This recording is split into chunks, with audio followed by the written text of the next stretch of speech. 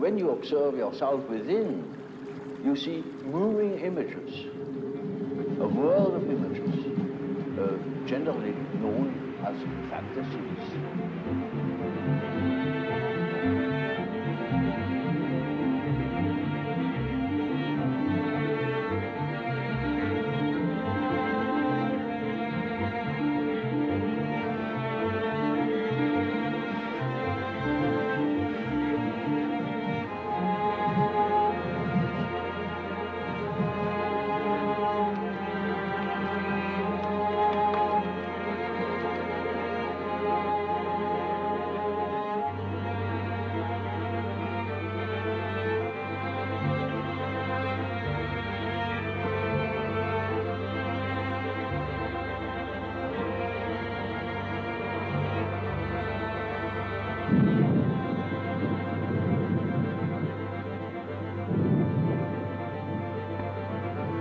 Early childhood, a character is already there. You see, the child is not born tabula rasa, as one assumes. The child is born as a high complexity with existing determinants that never waver through the whole life, and that give the child his character already in the earliest childhood. A mother recognizes an individuality of her child. And so if you observe carefully, you see the tremendous difference even in very small children. And these peculiarities express themselves in every way. So first, the peculiarities express themselves in all childish activities, in the way how it plays, in the things it is interested in. There are children who are tremendously interested in all moving things, and in movement chiefly. All the things you see that affect the body. And so they are interested in what the eyes do, what the ears do, how far you can bore into the nose with your finger, you know. Now you see these things, these interests express themselves in a typically childish way in children, and later on they express themselves in other peculiarities, which are still the same, but it doesn't come from the fact that they once have done such and such a thing in childhood. It is the character that is doing it. There is a definite inherited complexity. You see, we are born into a pattern. We are a pattern. We are a structure that is pre-established through the genes. It is a biological order of our mental functioning, as for instance our biological or physiological function follows a pattern, or the behavior of any bird or insect follows a pattern, and that is the same with us.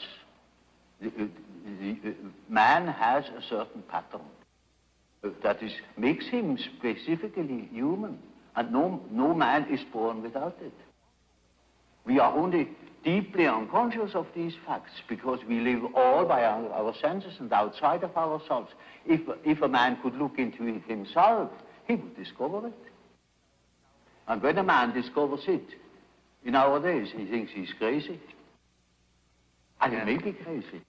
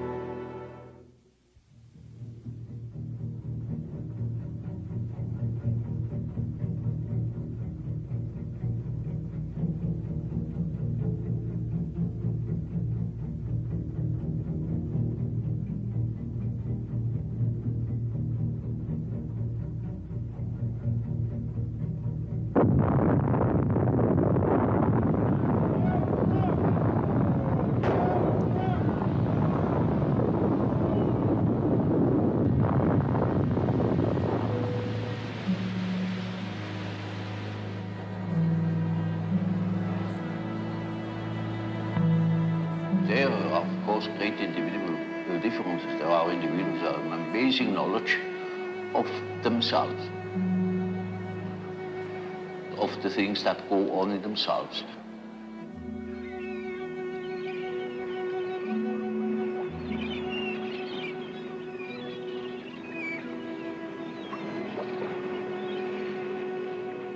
But even those people wouldn't be capable of knowing what is going on in their unconscious. For instance, they are not conscious of the fact that while they live a conscious life, all the time a myth is played in the unconscious. A myth that extends over centuries. Namely, archetypal ideas, a stream of archetypal ideas that goes on through one individual, through the centuries. You see, it is like a continuous stream. And that comes then to the daylight in the great movements. Say, in political movements or in spiritual movements. For instance, in the time before Reformation, people dreamt of the great change. And that's the reason why such great transformations could be predicted. If somebody has been clever enough to see what there is going on in people's mind, in the unconscious mind, would be able to predict it. For instance, I have predicted the Nazi rising in Germany through the observation of my German patients. They had dreams in which the whole thing was anticipated. And with considerable detail in the years before Hitler came, in the beginning of the, well, I could say the year 1919, I was sure that something was threatening in Germany, something very big and very catastrophic. And I only knew it through the observation of the unconscious. When you observe the world, you see people, you see houses, you see the sky, you see tangible objects. But when you observe yourself within, you see moving images, a world of images, generally known as fantasies. Yet these fantasies are facts. You see, it is a fact that a man has such and such a fantasy. And it is such a tangible fact, for instance, that when a man has a certain fantasy, another man may lose his life. Or a bridge is built. These houses were all fantasies. Everything you do here, all of the houses, everything was fantasy to begin with. And fantasy has a proper reality. That is not to be forgotten. Fantasy is not nothing. It is, of course, not a tangible object. But it is a fact, nevertheless. It is, say, a form of energy, despite the fact we can't measure it. It is a manifestation of something. And that is a reality. That is just a reality as, for instance, the peace treaty of Versailles or something like that. Yeah. It is no more. You can't show it. But it has been a fact. And so the psychical events are facts, are realities. And when you observe the stream of images within, you observe an aspect of the world within. And so, you see, the man who is going by the external world, by the influences of the external world, say, society, or perceptions, sense perceptions, thinks that he is more valid, you know, because this is valid, this is real. And the man who goes by the subjective factor is not valid because subjective factor is nothing. Yeah. No, that man is just as well based, because he is bases himself upon the world from within. And so he is quite right, even if he says, oh, there is nothing but my fantasy, you know. And of course that is the introvert. And that the introvert is always afraid of the external world. He will tell you, when you ask him, he will be apologetic about it. You say, of course, yes, I know, only my fantasies. And he has always a resentment. And as the world in general, particularly America, is extroverted like hell, the introvert has no place. Because he doesn't know that he beholds the world from within. And that gives him dignity, and that gives him certainty, because it is, nowadays particularly, the world hangs on a thin thread, and that is the psyche of man. Assume that certain fellows in Moscow lose their nerve or their common sense for a bit, and the whole world is in fire and flames. You see? It is, nowadays we are not threatened by elementary catastrophes. There is no such thing as an H-bomb. That is all man's doing. We are the great danger. The psyche is the great danger. What if something goes wrong with the psyche? You see? And so you see, it is demonstrated to us in our days what the power of the psyche is of man, how important it is to know something about it, but we know nothing about it.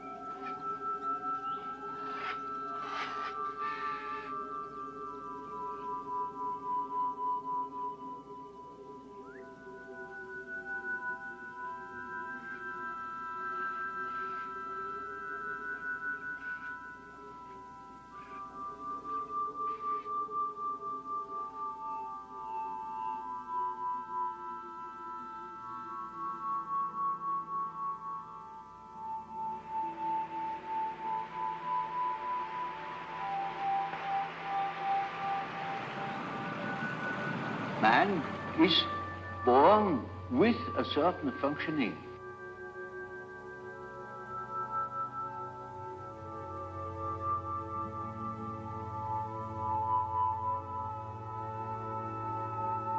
A certain way of functioning, a certain pattern of behavior.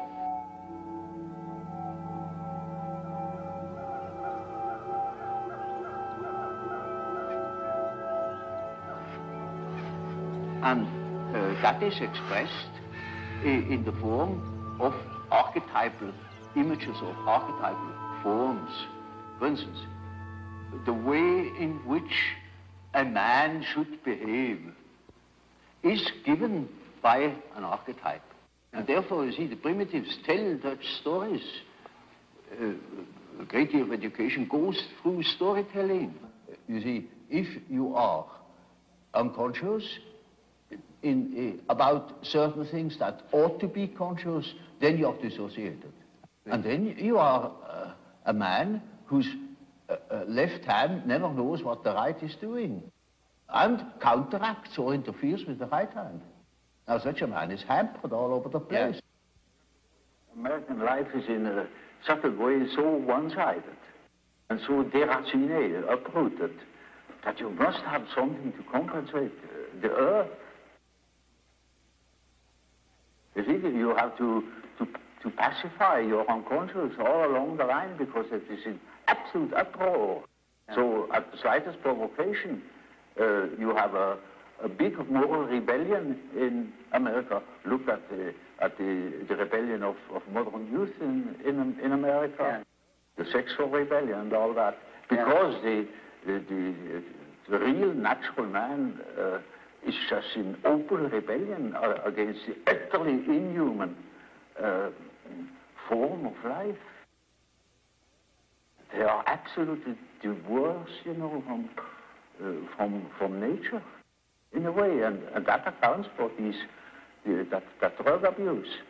I noticed with my patients, particularly with people that are in public life, that they have a certain way of presenting themselves.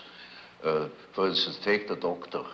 He has a certain way. For instance, he has good bedside manners, and he behaves as one expects a doctor behaves. He may even identify himself with it and believe that he is what he appears to be. And so when he's a professor, he's also supposed to behave in a certain way so that it is plausible that he is a professor, you know.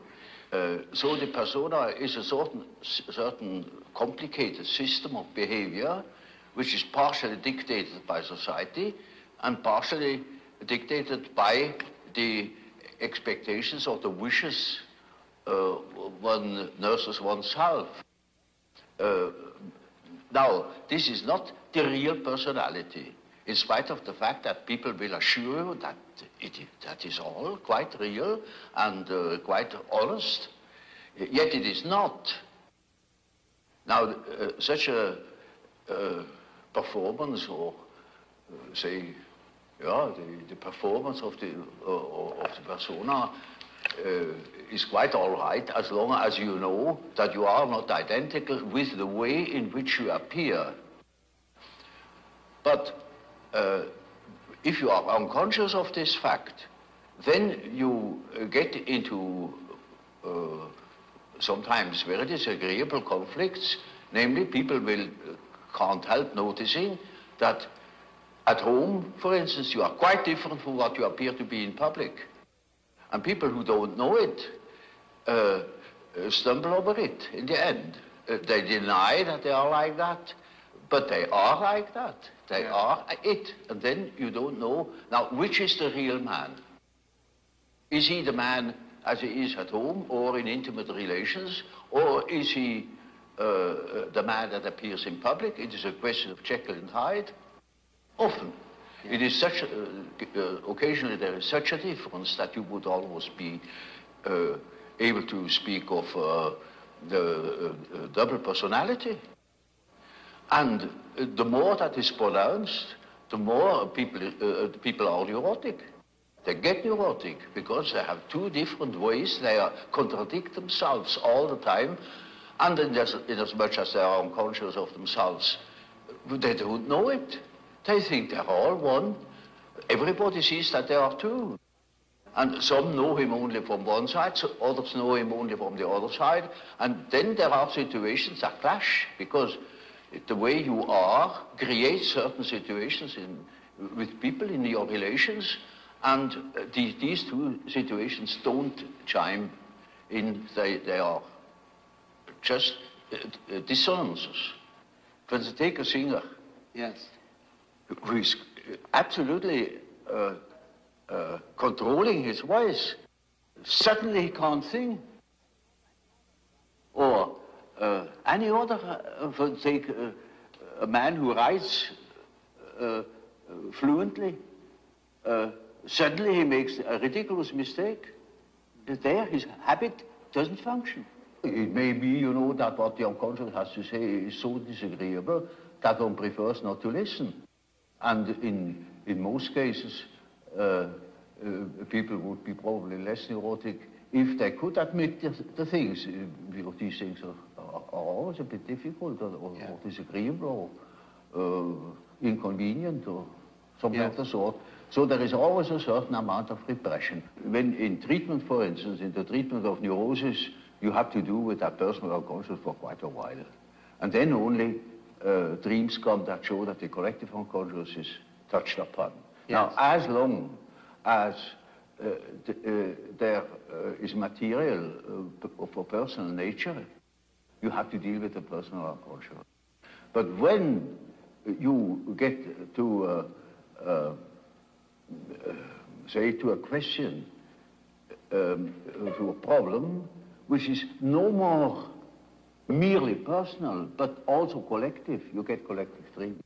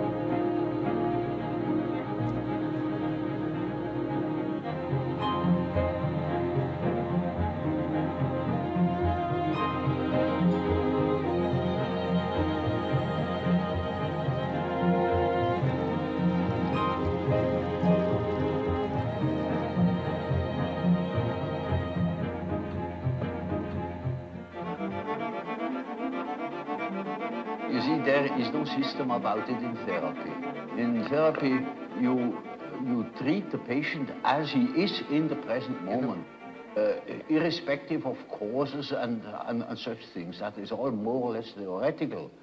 There are cases who know just as much about their own neurosis as I know about it, in a way. In such cases, I can start right away with posing the problem. For instance, there is a case, a professor of philosophy, and he imagines that he has cancer. He shows me several dozen X-ray plates that prove that there is no cancer. He says, of course I have no cancer, but nevertheless, I'm afraid I could have one. You see, I have consulted so many surgeons, and they all assure me there is none. And I know there is none, but I might have one, you see, and that's enough. Now, you see, such a case can stop from one moment to the other. He simply stops thinking such a foolish thing, you see. But that is exactly what he can't do. You know it is nonsense, and why should you think it? Or what for should you think it? Well, and what is that power that makes you think such a thing? It's like a possession, you know. Exactly. It's like a demon in him that makes him think like that, in spite of the fact that he doesn't want it. You see, then we have the problem. That is the problem for an intellectual man. And then I say, now, you see, you don't know, you have no answer. I have no answer. Now what are we going to do? I say, now we must see what you dream, because the dream is a manifestation of the unconscious side. Right. Now he never has heard of the unconscious side. So I must explain to him that he has an unconscious, and that the dream is a manifestation of it, and if we succeed in analyzing the dream, we might get an idea about that power that makes him think like that. You see? In such a case, one can begin right away with the analysis of dreams. And in all cases that are a bit serious, mind you, this is not a simple case, this is a very serious and difficult case, in spite of the simplicity of the phenomenology, of the symptomatology. In all cases, after the preliminaries, as it were, history of the family, the whole medical anamnesis, etc., we come to that question. What is it in your unconscious that makes you wrong, that hinders you to think normally? And then we are there where we can begin with the observation of the unconscious. And then, day by day, one goes on by the data the unconscious produces. You see, we discuss the dream, and that gives a new surface to the whole problem. And he will have another dream, and the next dream gives again an answer, because the unconscious is in a compensatory relation to consciousness. And after a while, we get the full picture. And if he has the full picture and has the necessary moral stamina, well, then he can be cured. But in the end, it is a moral question whether a man applies what he had learned or not.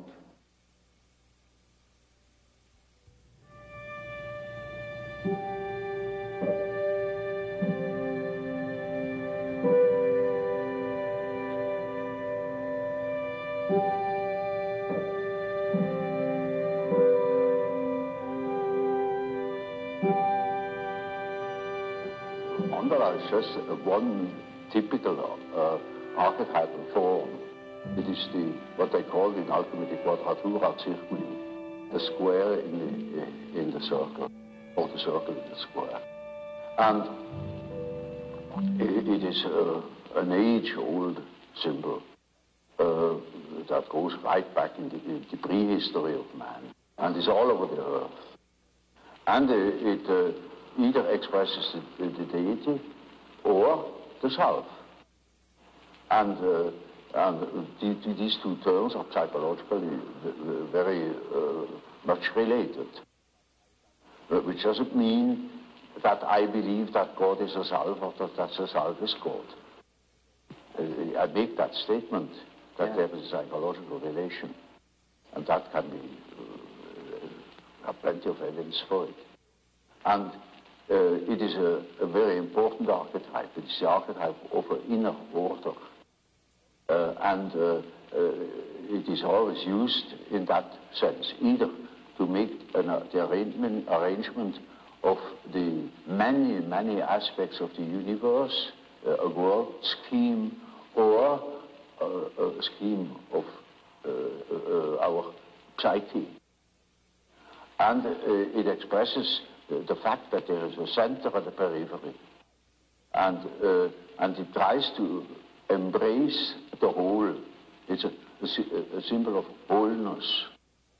So you see, in a moment where, say, during a treatment, when there is great disorder and chaos in a man's mind, then this symbol can appear as in the form of a mandala in a dream, or when he makes imaginary fantastical drawings or something of the sort. There it spontaneously appears as a compensatory archetype, bringing order, showing the possibility of order, centeredness. And it means a center which is not coincident with the ego, but with the wholeness. It is wholeness. It is our wholeness, which I call the self. The self is the term for wholeness. And I am not whole in my ego.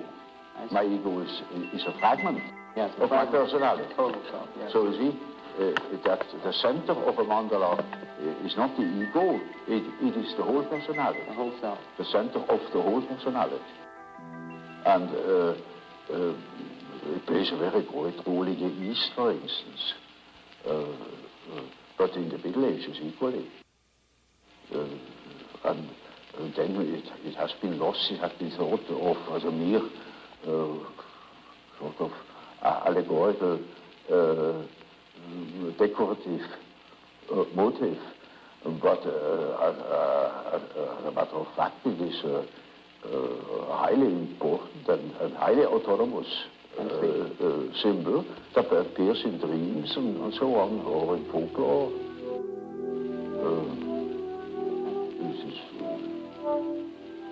This is, one could easily say that the main archetype.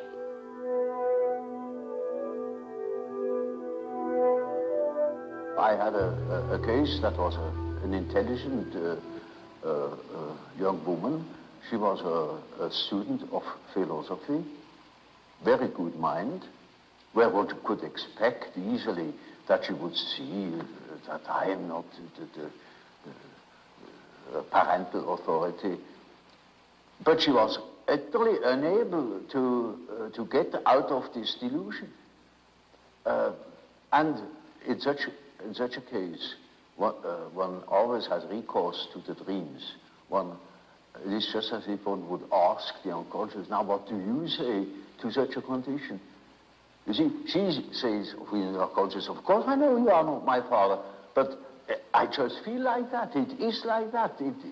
I depend upon you. And I say, now you see what the unconscious says. Now the unconscious produces dreams in which I really assumed a very curious role. You know, she was the little infant, she was sitting on my knees, I held her in my arms, I was a very tender father to the little girl, you know.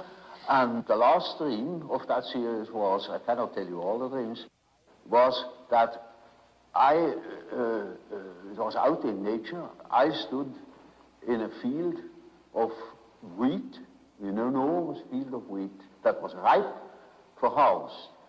And I was a giant. And I held her in my arm like a baby.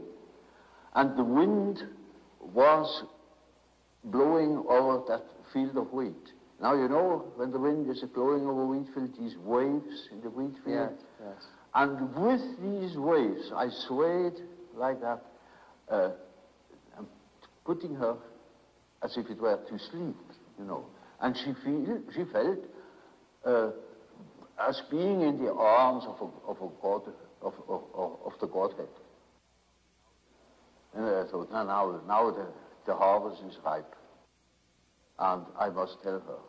And I told her, you see, what you want and what you project into me, because you are not conscious of it, is you have the idea of a deity. You don't possess. Therefore, you see it in me. That clicked. Because, you know, she had a rather intense religious education. Of course, it all vanished later on. And something disappeared from her world. Her world became merely personal, and that religious conception of the world was non-existent, apparently. And so she certainly became aware of an entirely heathenish image that comes fresh from the archetype. She had not the idea of a Christian God or of an Old Testament Yahweh. It was a heathenish God, you see, a God of nature, of vegetation. He was the wheat himself. He is the spirit of the wheat, the spirit of the wind. And she was in the arms of that Newman. No. Now, that is the living experience of an archetype. Now, that made a tremendous impression upon that girl, and instantly it clicked. She saw what she really was missing, that missing value, that was in the form of a projection in myself and made myself indispensable to her. Yes. Now, that is a luminous experience, you see. And that is the thing that people are looking for. An archetypal experience that gives them an incorruptible value. You see, they depend upon other conditions. They depend upon their desires, their ambitions, depend upon other people, because they have no value in themselves. They have nothing in themselves. They are only rational, and they are not in the possession of a treasure that would make them independent. But when that girl can hold that experience, then she doesn't depend anymore. She cannot depend anymore, because that value is in herself. And that is a sort of liberation. And that is, of course, makes her complete, you know. Inasmuch as she can realize such a luminous experience, she is able to continue her path, her way, her individuation. The acorn can become an oak and not a donkey. Nature will take her course. She will become that which she is from the beginning.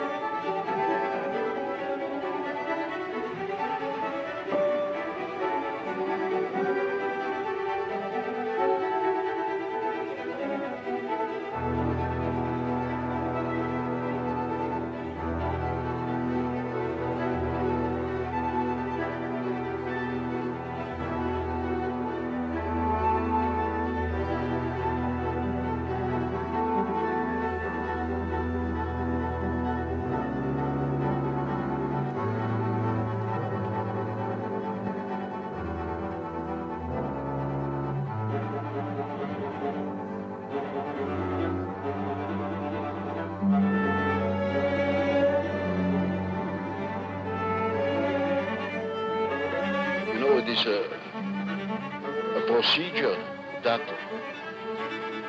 has many stages or levels.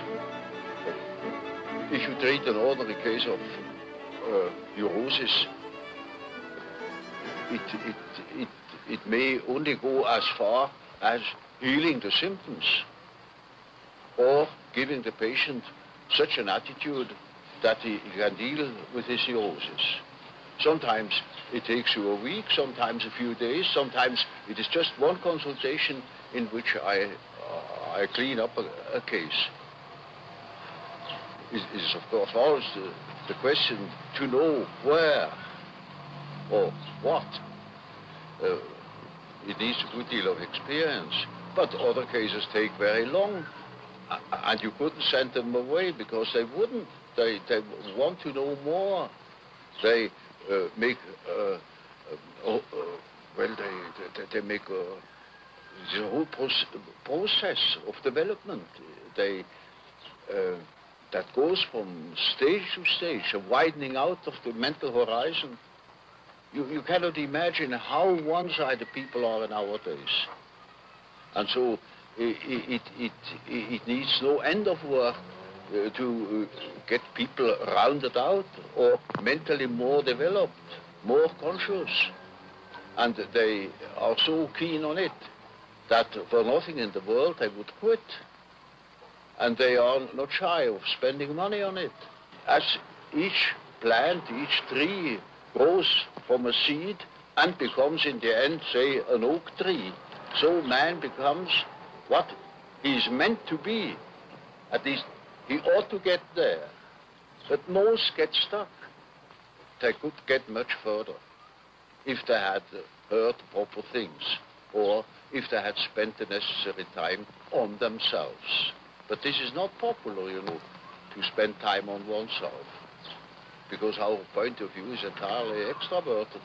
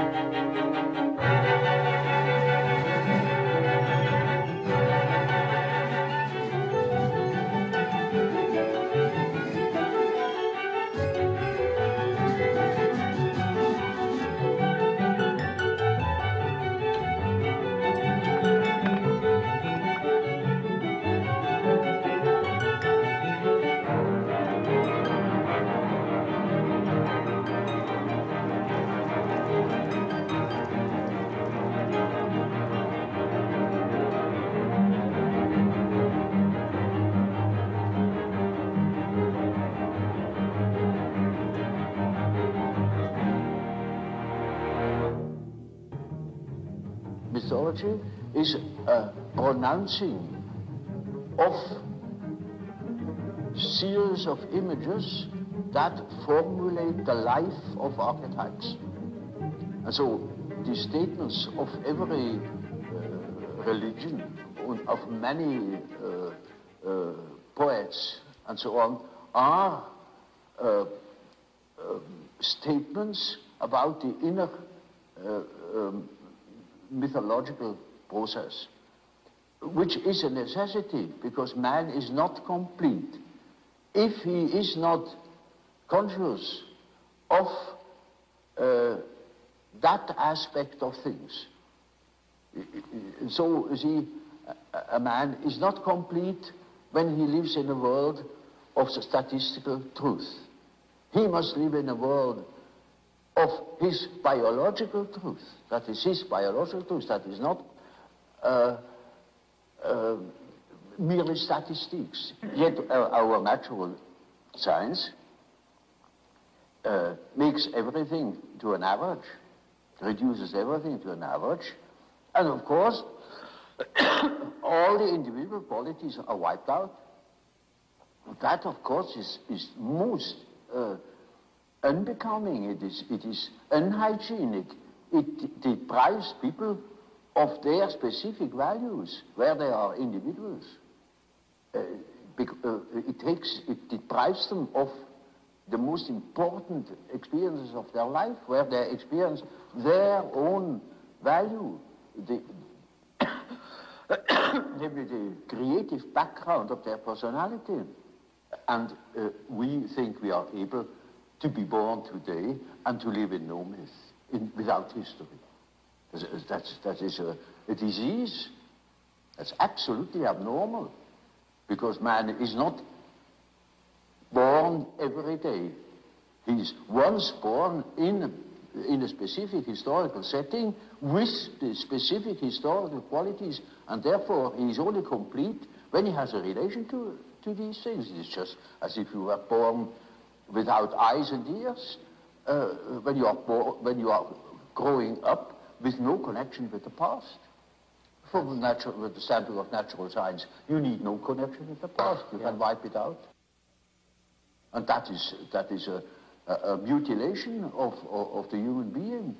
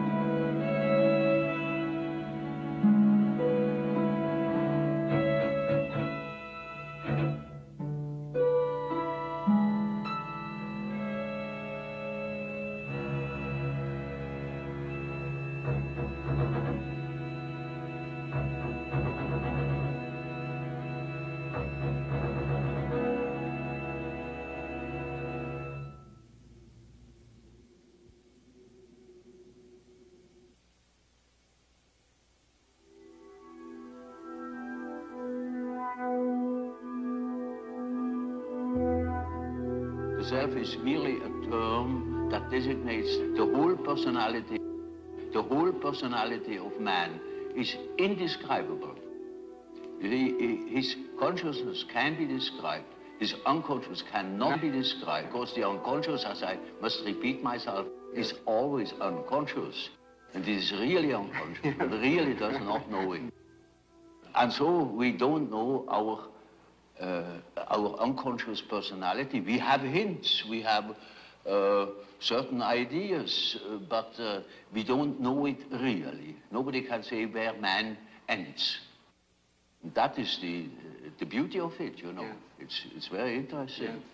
Yeah. The unconscious of man can reach God knows where. There we are going to make discoveries.